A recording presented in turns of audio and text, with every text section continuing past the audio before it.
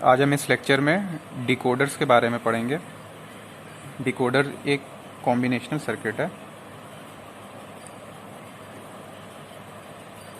Combinational circuit का क्या मतलब होता है कि इसमें कोई मेमोरी नहीं है। ठीक है, कॉम्बिनेशनल सर्किट का मतलब क्या है, मेमोरी लेस है ये। इसका जो आउटपुट क्या होता है, डिपेंड ऑन प्रेजेंट इनपुट।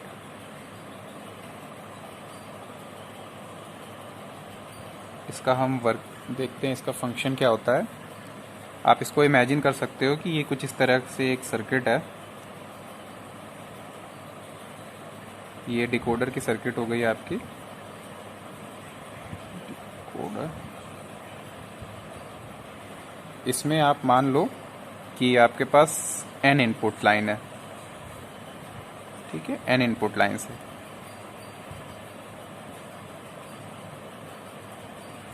ठीक है, और अगर n इनपुट लाइन्स है इसमें तो आप इसको मान सकते हो यहाँ पे m आउटपुट लाइन्स है।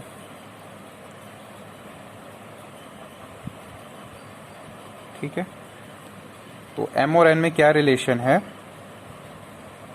m होता है नंबर ऑफ आउटपुट लाइन्स कितनी होती है, 2 raise to the power n। ठीक है, आउटपुट लाइन्स कितना है, is equal to 2 raise to the power input lines. ठीक है, तो हम एक एग्जांपल से देखते हैं ना। जब मान लीजिए मैं 2x4 डिकोडर, तो इसका साइज जैसे दिया जाता है इस तरीके से लिखा जाता है n×m। ठीक है, तो ये इसकी साइज ऑफ द डिकोडर है। साइज ऑफ द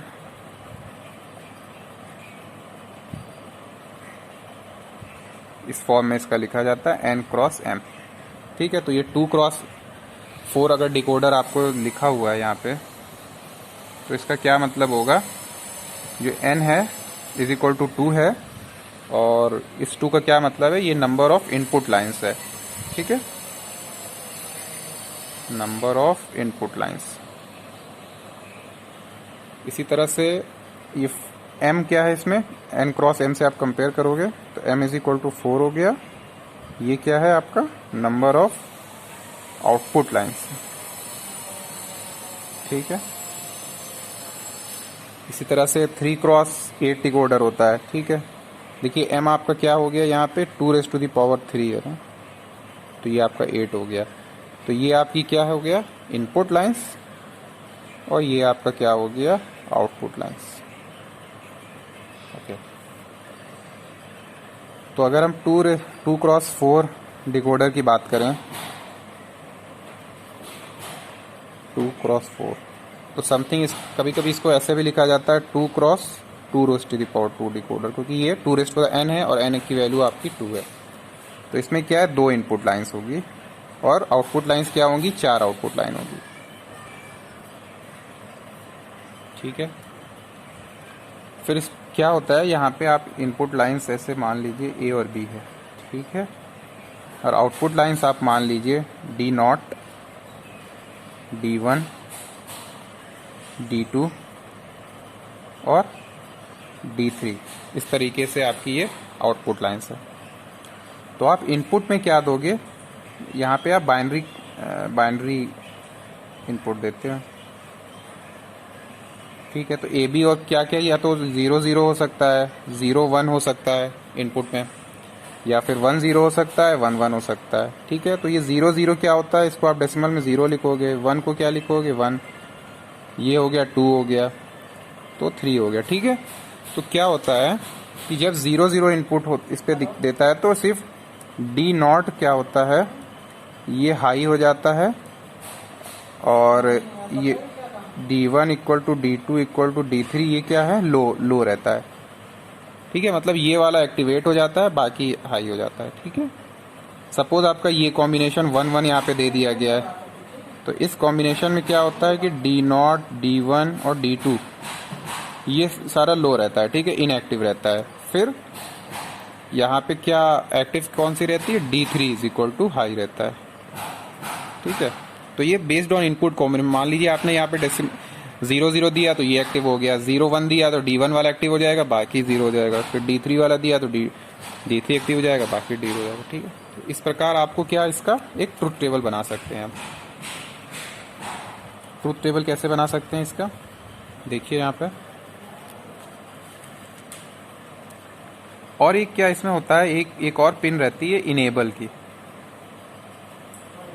इनेबल का क्या मतलब रहता है, ये 1 रहता है, then only circuits works, then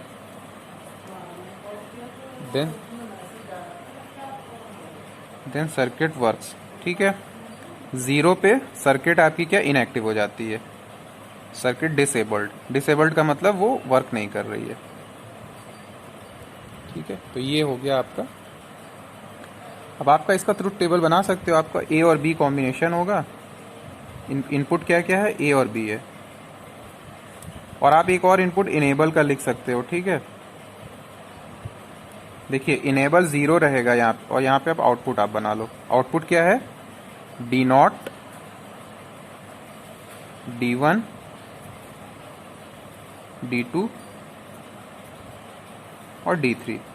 ठीक है, ये आपके आउटपुट्स हो गए। देखिए इनेबल अगर 0 है, ठीक है, तो यहाँ पे कुछ भी रहे, ए और बी कोई भी कॉम्बिनेशन रहे, तो इसलिए यहाँ पे क्रॉस लिख। क्रॉस का मतलब क्या होता है कि एनी 1 भी हो सकता है, 0 भी हो सकता है, कुछ भी हो सकता है। ठीक है, हमें पता नहीं इसके बारे में। तो इस केस में यहाँ पे ऑल 0 ही रहता है ऑलरेडी। ठीक है, 0 0 0 0 रहेगा। नेक्स्ट केस है कि जब इनेबल 1 रहता है, तब आपका जो यहाँ पे इनपुट होता है वही कंसीडर होता है। तो मान लीजिए यहाँ पे ए और बी आपका 0 0 है। ठीक है, तब आपकी कौन सी 0 0 पे आपका D0 इनेबल हो जाता है, D0 1 हो जाता है, बाकी ये सारी बिट्स आपकी 0 रहती है। ठीक है, इसी प्रकार इनेबल 1 है और यहाँ पे क्या है 0 1 आ जाता है, तो क्या होता है ये D1 वाली बस 1 हो जाती है, बाकी D0 भी 0 है, D2 भी 0 है, D3 भी 0। ठीक, इसी प्रकार अगर आपका 2 है, यहाँ पे 1 0 है, तो 2 वाली इनेबल हो गया, बाकी सब 0 0 0 0। इसी प्रकार लास्ट कॉम्बिनेशन क्या बनता है 1 1 1 1 का मतलब क्या होता है 1 + 2 3, तो D3 वाला 1 हो जाएगा यहाँ पे, बाकी सारा 0। ठीक है, तो ये है आपकी ट्रुथ टेबल विद इनेबल। अगर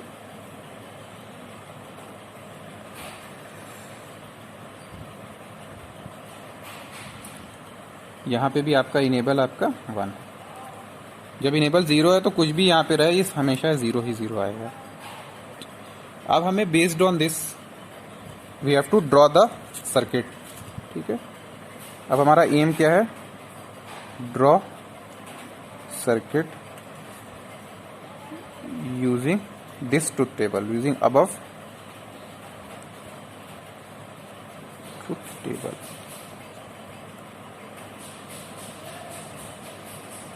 ठीक है, बेस्ड ऑन ये ट्रुथ टेबल हमें अब सर्किट बनाना है। तो फिर देखते हैं कैसे सर्किट हम बना सकते हैं अपने। देखिए आप यहाँ पे समझ सकते हो कि आपका D0 कब 1 है, D0 तभी 1 होगा जब आपका A और B आपका 0 0 रहे। ठीक है, जो D0 आपका आउटपुट है, बाकी तो ये 0 0 है। ऑलरेडी हमने अपने लेक्चर में देखा था प्रीवियस कि कैसे हम ट्रुथ टेबल से हम सर्किट बना सकते हैं। ठीक है, तो D0 आपका यहां से क्या निकल आएगा, देखिए ये हो गया A और B, A बार B बार। ठीक है, A बार B बार, इसी में ये 1 है तो यहाँ पे आप A बार B बार लिख सकते हो। ठीक है, ये वाला। फिर D1 को आप देखोगे क्या है,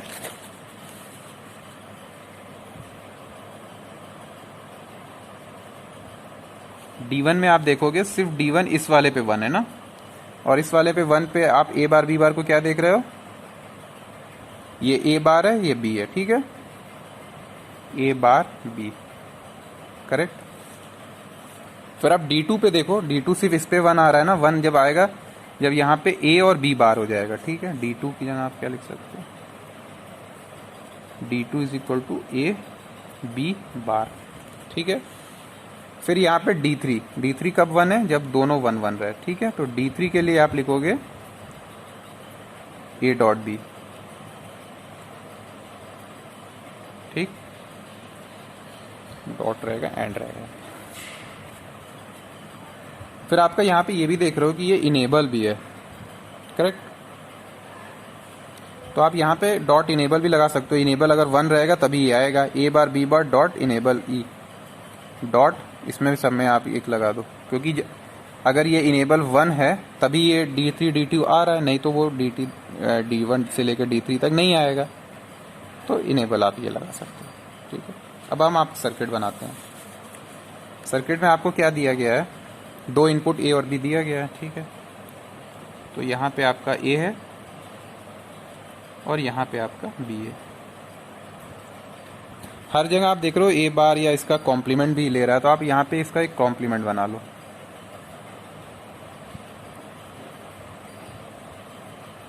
ये आपने एक नॉट गेट लगा दिया, तो ये ए बार मिल गया आपको, ठीक। और ये ए है ये आपका। फिर यहाँ पे आप देखोगे ये आपका बी मिल रहा है और ये आपका मिलेगा बी बार, ठीक है।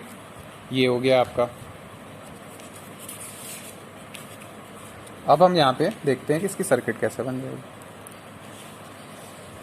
और एक और इनपुट क्या है आपका, इनेबल भी है, ठीक है। इनेबल को भी आपको कंसीडर करना है, तो यहाँ पे आप इनेबल का भी इनपुट ले लीजिए। अब आप देखोगे आपको A bar dot B bar dot E निकालना है, ठीक है। तो ए बार आपने ले लिया, बी बार ले लिया और ई इनेबल ले लिया। तो आप 3 इनपुट एंड गेट अगर लगा दो तो आपको ये मिल जाएगा।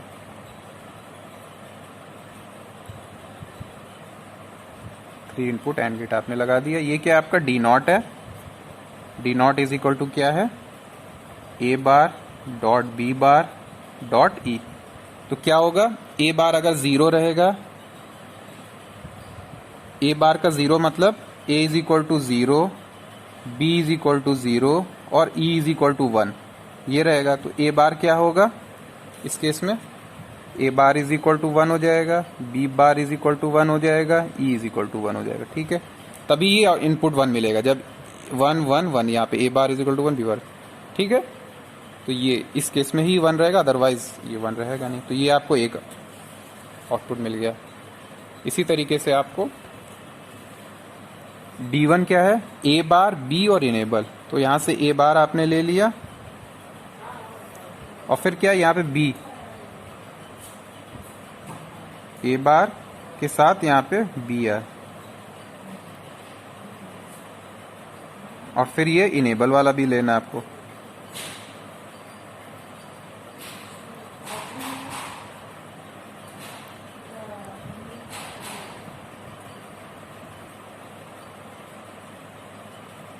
ये हो गया D1, ए बार बी डॉट इनेबल, ये हो गया आपका क्या, D1 हो गया, करेक्ट। फिर आप नेक्स्ट D2 कैसे निकालोगे, ए बी बार इनेबल। तो आपने ए ले लिया यहाँ से, फिर यहाँ से क्या बी बार ले लो,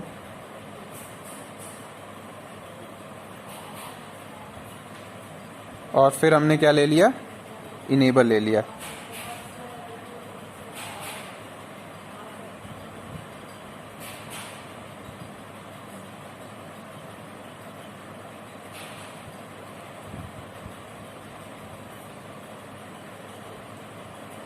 D2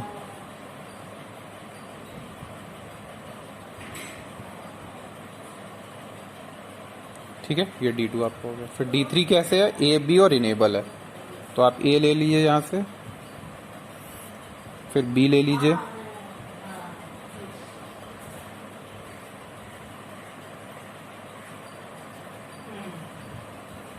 और इनेबल, इनेबल ये आ रहा है।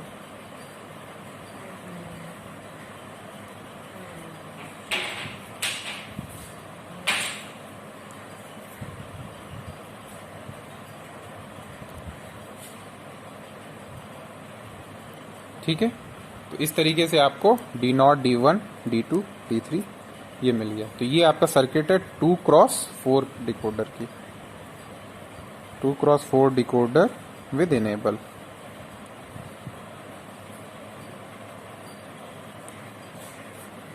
ठीक है, तो ये आपने डिकोडर पढ़ लिया। इसी तरह से आप 3x8 डिकोडर भी बना सकते हो। फिर 4x2⁴ की क्या होगा, 4x16 डिकोडर बनता है। इसमें 4 इनपुट होता है, 16 आउटपुट होता है। इसी तरह से 5x2⁵ क्या 30, 5x32 का डिकोडर बनता है। इसमें 5 इनपुट रहता है, 32 आउटपुट रहता है। Correct? Okay, thanks for watching.